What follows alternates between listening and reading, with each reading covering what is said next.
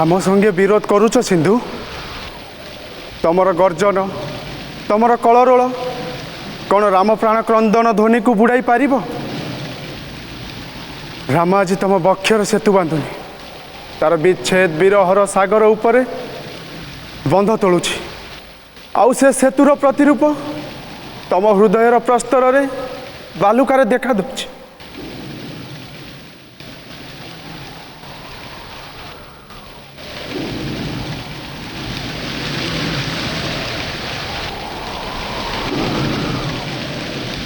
पुणी से चिंता पुणी से अश्रु त्याग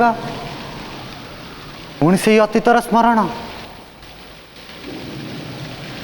दिन सरी आसिला जे भ्राता तुम एपरी उदास हेले चलिब आज परा रामेश्वर प्रतिष्ठा ये शुभ मुहूर्त गड़ी गले आम शुभ मुहूर्तर अभियान आरंभ करने को डेरी हेब जे हाँ ब्राह्मण मिलिले तो ब्राह्मण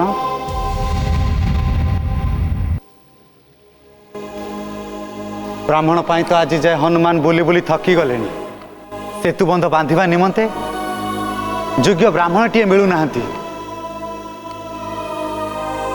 आपण निज हाथ रे शिवलिंग स्थापन कर देउ नाहंती ना सेमिति कौन हुए ताहले बे हमें कौन करबा अग्रज कहीं मु तो विभीषण ठारू शुणी हनुमान हाथ में लंकेश्वर रावण को शिवलिंग स्थापन करने निमंते छिटाऊ पठाई थी रावण हाँ रावण आपण निज शत्रु को निजर पूजक करी आनिबे से बा काहेकि आसिबे आपण राजनीतिर समस्त प्रश्न युद्ध नीतिर समस्त कौशल को भूली बसीछ यही क्षण किए कहला से रावण को डाकिबा निमंते ना रे लक्ष्मण मुझे मोहग्रस्त होइनी जे मोर शिक्षा दीक्षा ज्ञान गौरव सब पासोरी पकेली रावण शत्रु हेले भी महान आजी ध्वंस पथरे चलिले भी तांकर साधना तांकर तपस्यार महिमा सब सहित रही देखुन लंका को से स्वर्ग करचंती से आसीबे से निश्चय आसीबे आसीबे आसीबे आउ आमर सब प्रयोजन सूत्र जानी ताकू व्यर्थ करने पाई चेष्टा करिवे आम पाखरे एपरी कौन जे अच्छी रावण जानिले अचल होई जिवो तेबे आमर सब सैन्य शक्ति कली पारिबे तो कलतु सैन्यर संख्या कलिले से आपे आपे शंकित हेबे ना से ना कौन निरस्त्र वनचारी गोपन रखा एमती कौन जे अच्छी आस अनुज शिवलिंग स्थापन करिवार आयोजन करिबा भ्राता ये देखंतु रावण विमान ओह्लई एणे आसुचंती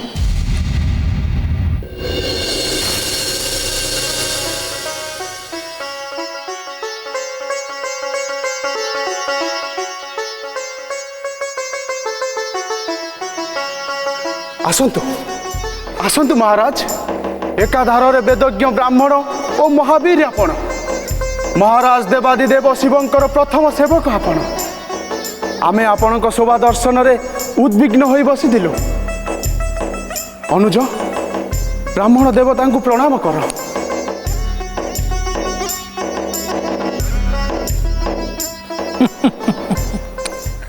राघव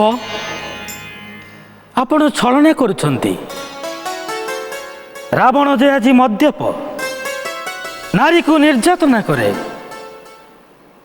राज्य शासन को श्रृंखला न रखी आपणक धर्मर पुरोधा मानू बंदी करी रखिछि ए संवाद तो आपणकर अगोचर नथिबो तथापि आपण ए धर्म पूजारे मते आह्वान कले कहीं महाराज रावण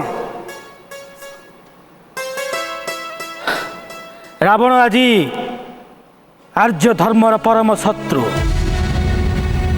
धर्म उपरे तार विश्वास नहीं आस्था नहीं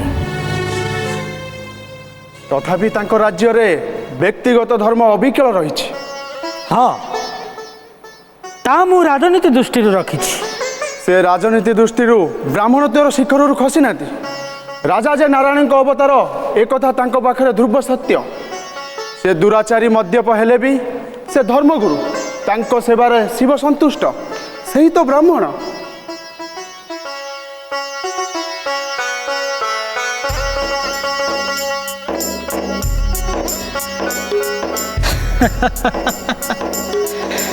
ରାଜନୀତିରେ ଶିଶୁ ହେଲେ ବି ରାଘବ, ତୁମେ ତୁମର ପ୍ରତିଭାର ପରିଚୟ ଦେଇଛ।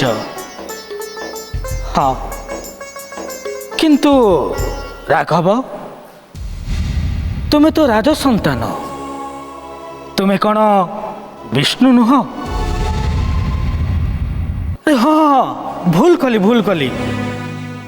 ବିଷ୍ଣୁ ଏପର୍ଯ୍ୟନ୍ତ ତୁମେ ହେଇନାହଁ ପରା। ରାବଣର ତେଜ ମ୍ଳାନ ନ ହେଲା ପର୍ଯ୍ୟନ୍ତ ତମେ ବିଷ୍ଣୁ ରୂପେ ସାଜିପାରିବ ନାହିଁ। ପ୍ରଜାମାନେ ତୁମର ଧର୍ମକୁ ମଦିରା କରି ପିଇ ଦେଇପାରନ୍ତି, କିନ୍ତୁ ରାବଣ ତାହା କରିନାହିଁ। ତା ଶାସନରେ କେବେ ବି ତାହା ହେବ ନାହିଁ। ସେ ତୁମ ଚକ୍ଷୁରେ ବିଷ୍ଣୁ ହେଇପାରେ, କିନ୍ତୁ ତା ଚକ୍ଷୁରେ ନୁହଁ। କାହିଁକି ରଖିନାହାନ୍ତି ମହାରାଜ?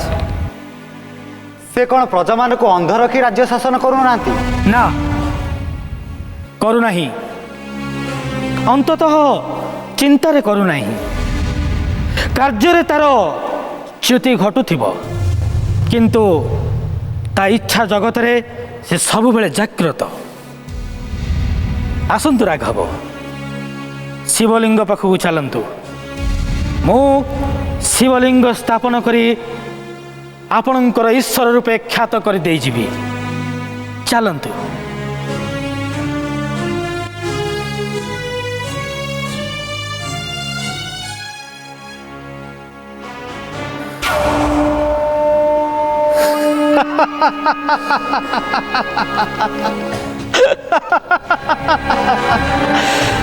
ଦେଖିଲେ ତ ରାଘବ, ଆର୍ଯ୍ୟ ସଭ୍ୟତାର ମହତ୍ଵ। ଶତ୍ରୁର ମଙ୍ଗଳ ପାଇଁ ସେ ନିଜର ଧ୍ୱଂସକୁ ବି ଆହ୍ୱାନ କରିପାରେ।